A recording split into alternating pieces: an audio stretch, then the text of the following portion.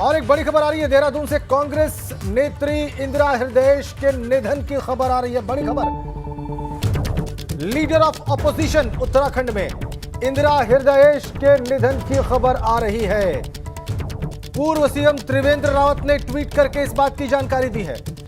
मैं दिवंगत आत्मा की शांति के लिए प्रार्थना करता हूं और परमपिता परमेश्वर से विनती करता हूं कि वो इंदिरा बहन जी की आत्मा को अपने श्री चरणों में स्थान दें। दुख की इस कठिन घड़ी में मेरी संवेदनाएं इंदिरा हृदयेश एवं समस्त परिवार के साथ हैं। ओम शांति शांति शांति। ये ट्वीट पूर्व मुख्यमंत्री त्रिवेंद्र सिंह रावत का। बड़ी खबर उत्तराखंड से, देहरादून से। नेता प्रतिपक्ष इंदिरा हृदयेश का निधन हो गया है और यह जानकारी सार्वजनिक की है, किसी और ने नहीं। बीजेपी नेता और पूर्व मुख्यमंत्री त्रिवेंद्र सिंह रावत ने, कांग्रेस की वरिष्ठ नेता, लंबा पॉलिटिकल करियर रहा इंदिरा हृदयेश का। हरीश सरकार में वो मंत्री रही, अभी वर्तमान में नेता प्रतिपक्ष। निधन हो गया है उनका। पूर्व मुख्यमंत्री त्रिवेंद्र रावत ने ट्वीट करके ये जानकारी दी है। बड़ी खबर देहरादून से इस वक्त हमारे पास। नेता प्रतिपक्ष इंदिरा हृदयेश का निधन। और जानकारी के लिए रुख करेंगे अपने ब्यूरो चीफ अजीत सिंह राठी का। अजीत, क्या जानकारी मिल रही है आपको? राजेंद्र, देखिए, चूंकि पूर्व मुख्यमंत्री त्रिवेंद्र सिंह रावत ने ट्वीट कर इसकी जानकारी दी है और उनके परिजनों से और उनके बेटे सुमित हृदयेश से लगातार उनके फोन एंगेज होने के कारण बात नहीं हो रही, लेकिन त्रिवेंद्र सिंह रावत ने जो ट्वीट किया है, मतलब वो एक बहुत जिम्मेदार व्यक्ति हैं।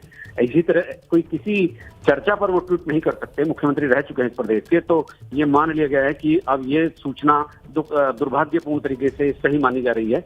और चूंकि आज सुबह बताते हैं कि उत्तराखंड सदन में थी, उनको हार्ट अटैक हुआ और उसके बाद उनको अस्पताल में भर्ती कराया गया और लीडर अपोजिशन इंदिरा हृदयेश का उसके बाद एक निधन की सूचना जो त्रिवेंद्र सिंह रावत के ट्वीट से आई है, उससे यहाँ पर पूरी तरह से पूरे राजनीतिक गलियारों में, सामाजिक गलियारों में एक शोक की लहर दौड़ गई है। और लीडर अपोजिशन का जाना यहाँ पर एक बहुत बड़ी राजनीतिक क्षति इस प्रदेश के लिए है। जो महिला 45 साल से किसी न किसी सदन की सदस्य रहते हुए अपनी सक्रिय राजनीति कर रही हो और उम्र दराज होने के बाद भी इतनी सक्रिय रही हो, तो उनका जाना निश्चित तौर पर उत्तराखंड की सियासत के लिए एक बहुत बड़ा नुकसान साबित होगा। जी बेशक अजीत, बेशक 45 साल का लंबा पॉलिटिकल करियर, किसी न किसी सदन का सदस्य होना, तमाम महत्वपूर्ण पदों पर रहना, सरकार में, पार्टी के भीतर, और ऐसे व्यक्ति का जाना इस तरीके से वाकई एक सदमे की बात है उत्तराखंड की राजनीति के लिए। बेशक। अविनाश तिवारी हमारे साथ हैं। अविनाश, क्या सूचना है आपको?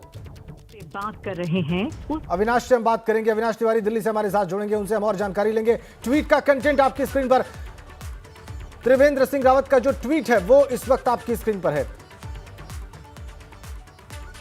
समस्त परिवार के साथ उन्होंने अपनी संवेदनाएं व्यक्त की हैं। उन्होंने कहा है, टैग करते हुए इंदिरा हृदयेश के बेटे सुमित हृदयेश को। अजीत सिंह राठी हमारे साथ है। एक बार मैं आपको ट्वीट का कंटेंट जरूर बता दूं। त्रिवेंद्र सिंह रावत अपने ट्वीट में लिखते हैं, मैं दिवंगत आत्मा की शांति के लिए प्रार्थना करता हूं और परमपिता परमेश्वर से विनती करता हूं कि वो इंदिरा बहन जी की आत्मा को अपने श्री चरणों में स्थान दें। दुख की इस कठिन घड़ी में मेरी संवेदनाएं सुमित हृदयेश एवं समस्त परिवार के साथ हैं। ओम शांति। ये ट्वीट है और इसी ट्वीट को बहुत ही महत्वपूर्ण बताया जा रहा है क्योंकि पूर्व मुख्यमंत्री ने ट्वीट किया है। हमारे ब्यूरो चीफ लगातार हमारे साथ बने हुए हैं। अजीत, क्या कोई स्वास्थ्य संबंधी समस्या वर्तमान में थी इंदिरा हृदयेश को? राजेंद्र, देखिए, चूंकि पिछले दिनों से वो कुछ ना कुछ किसी न किसी तरह की बीमारी से जूझ रही थी और बीमार होने के कारण उनको, आपको इस बात का स्मरण भी होगा कि पिछले दिनों उनको कोरोना भी हो गया था और कोरोना में यहाँ से फिर वो उनको दिल्ली रेफर किया गया था। लेकिन ये एक लंबे अंतराल के पहले वाली बात है। तो अभी चूंकि उनको थोड़ी उनकी तबियत खराब हुई थी, वो कांग्रेस की बैठक में भाग लेने के लिए कल दिल्ली गई हुई थी। दिल्ली में चूंकि उत्तराखंड से जुड़े हुए सभी नेताओं को, प्रदेश अध्यक्ष, लीडर अपोजिशन हरीश रावत, सभी को पार्टी हाईकमान ने बुलाया था। एक मीटिंग होनी थी उत्तराखंड के प्रीपेक्स में और लेकिन वो मीटिंग से जैसे उत्तराखंड सदन आई तो आज ऐसी एक सूचना मिल रही है सूत्रों के अनुसार कि उनको हार्ट अटैक पड़ा और उसके बाद वहां पर दिल्ली में उनको अस्पताल में भर्ती कराया गया, जहां पर उपचार के बाद, एक प्रयास के बाद डॉक्टर ने उनको मृत घोषित कर दिया और इसके बाद फिर उनको अब हल्द्वानी उनके पैतृक आवास पर लाने की तैयारी हो रही है और सूचना ये मिल रही है कि वहां से वो उनको लेकर निकल चुके हैं, वो हल्द्वानी की तरफ आ रहे हैं। अविनाश हमारे साथ, जी जी जी जी जी जी बात पूरी करें। राजेंद्र, देखिए, चूंकि ये जीवन और मृत्यु बिल्कुल अलग तरह का एक अध्याय होता है, इसमें व्यक्ति का कोई अपना ना तो योगदान होता है ना कोई योगदान कर सकता है, लेकिन मैं फिर ये कह सकता हूँ और अपनी बात को दोहराते हुए कि उत्तराखंड की राजनीति और सामाजिक क्षेत्र में जिस तरह की क्षति आज यहाँ पर हुई है, तो ऐसी घटना वर्षों बाद होती है जब 45-50 साल के सक्रिय राजनीतिक कैरियर का एक बड़ा अनुभव लेकर एक व्यक्ति जो अपनी राजनीति में अपना योगदान देता है, सदन में देता है, सड़क पर देता है, और अभी भी वो सड़क पर प्रदर्शन करती देखी जाती थी। पिछले दिनों कांग्रेस ने प्रदर्शन किया तो सरकार के खिलाफ सड़क पर उतर कर प्रदर्शन कर रही थी। इसके बाद सदन के भीतर उनकी वाक्पटुता, उनका संसदीय ज्ञान, उनका संसदीय कौशल, वो जिस तरह से चल रहा था, जिस तरह का अनुभव था, बहुत बड़े बड़े दिग्गज सदन के भीतर उनकी बात का जवाब नहीं दे पाते थे। जब वो संसदीय कार्य मंत्री होती थी तो पूरे विपक्ष को वो बिल्कुल एकदम एक साथ जवाब देने के लिए आतुर होती थी, और इस उम्र में भी कुछ लोग उनकी श्रम लिहाज से, कुछ लोग उनके संसदीय कौशल के आगे नतमस्तक हो जाते थे।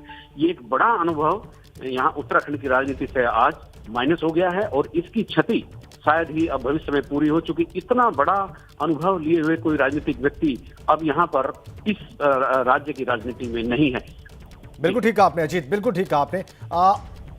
अविनाश हमारे साथ दिल्ली से हैं। अविनाश, क्या सूचना मिल रही है दिल्ली में आपको? जी देखिए राजेंद्र, अगर बात करें तो जो इंदिरा हृदय हैं वो कल से ही यहाँ पे रुकी हुई थी उत्तराखंड सदन में। कमरा नंबर 303 था उनका, और वहीं पर आज सुबह उनकी तबीयत अचानक से बिगड़ी। जब तक उनको अस्पताल ले जाने की तैयारी होती तब तक उनका निधन हो चुका था।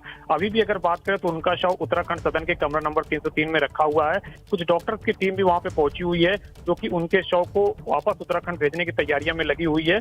कुछ देर में अगर बात करें, कल वो अगर बात करें तो अपने सहयोगी के साथ आई थी। अनुपम उनका सहयोगी है, अपने सहयोगी के साथ दिल्ली आई थी। उत्तराखंड में जो कांग्रेस की बैठक थी उसमें शिरकत करने आई थी, और बैठक के बाद तकरीबन 5 बजे एबीपी गंगा से उन्होंने खुद बातचीत की थी और कहा था कि वो 40 साल से विधायक हैं और आगे भी उत्तराखंड की जो विधानसभा की तैयारी होनी है उसको वो करेंगी, और जिस तरीके से उत्तराखंड में भाजपा की सरकार है उसको उखाड़ने के लिए वो परिवर्तन यात्रा में भी शामिल होंगी। लेकिन आज सुबह ये काफी बुरी खबर आती है, न सिर्फ उत्तराखंड कांग्रेस के लिए बल्कि पूरी राजनीति के लिए, क्योंकि जिस तरीके से उनका कद रहा है उत्तराखंड में, चाहे बात करें उत्तर प्रदेश से भी वो एमएलसी रही हैं, तो दोनों ही प्रदेश से उनका ताल्लुकात रहा है, और यहाँ पे जिस तरीके से उनका निधन हुआ है, अब उनके शव को वापस हल्द्वानी ले जाने की तैयारी हो रही है जहां पे उनका अंतिम संस्कार किया जाएगा। कौन उनके साथ था यहाँ दिल्ली में, एक बार फिर से बताएं अविनाश। देखिए राजेंद्र, अगर बात करें तो उनके साथ यहाँ पे उनके सहयोगी अनुपम मिश्रा आए थे जो कि राजनीतिक सहयोगी हैं, उनके कोई परिवार से नहीं था, वही उनके साथ रहते थे और लगातार चलते रहते थे। क्योंकि अब जिस तरीके से उनके निधन की खबर आई है, कुछ परिवारजन उनके वापस दिल्ली आ रहे हैं और यहाँ से शव के साथ हल्द्वानी जाएंगे, क्योंकि यहाँ पे उत्तराखंड सरकार ने खासतौर से मुख्यमंत्री तीरथ सिंह रावत ने आदेश दिया है कि पूरे सम्मान के साथ इंदिरा हृदय के शव को हल्द्वानी पहुंचाने की व्यवस्था की जाए। जिसके बाद यहाँ पे अगर बात करें तो ARC जो कि अतिरिक्त रेजिडेंस कमिश्नर होती हैं, वो यहाँ पे तैयारी कर रही हैं किस तरीके से उत्तराखंड के जो वरिष्ठ नेता हैं उनके शव को ससम्मान उत्तराखंड भेजा जाए। इसकी पूरी तैयारी में उत्तराखंड का जो दिल्ली प्रशासन है वो लगा हुआ है, और कुछ ही देर में उनके परिवार से भी लोग यहाँ पे पहुंचेंगे, जिसके बाद उनके पार्थिव शरीर को वापस हल्द्वानी भेजा जाएगा जहां पे उनका अंतिम संस्कार किया जाएगा।